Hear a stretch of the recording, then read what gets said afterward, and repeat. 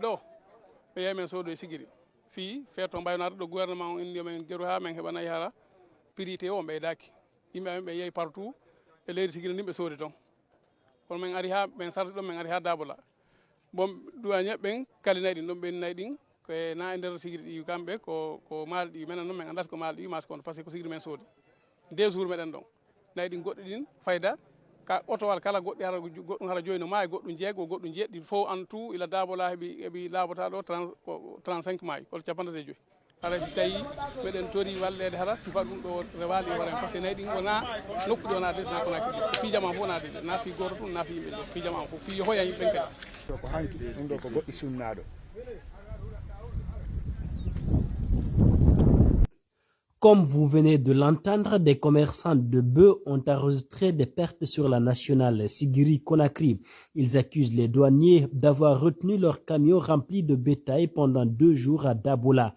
Plusieurs bœufs ont fini par mourir de faim et de soif, selon les commerçants qui invitent l'État à prendre ses responsabilités. Sur le site www.spacefmguinée.com, on peut lire: c'est la douane qui aurait bloqué 10 camions remplis de bœufs à cause d'un montant de 4 millions de francs guinéens. C'est ce que rapportent les concernés qui dénoncent également la non-assistance du département de tutelle. Ces pertes sont causées par les tracasseries routières.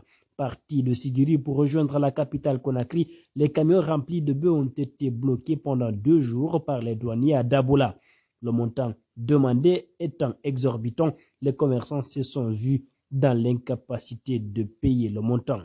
Ils disent en ces termes: on nous a interpellés à Dabola, on a présenté les documents, mais ils n'ont pas voulu nous comprendre. On a fait appel au responsable de la chambre de commerce qui nous a aidés à négocier.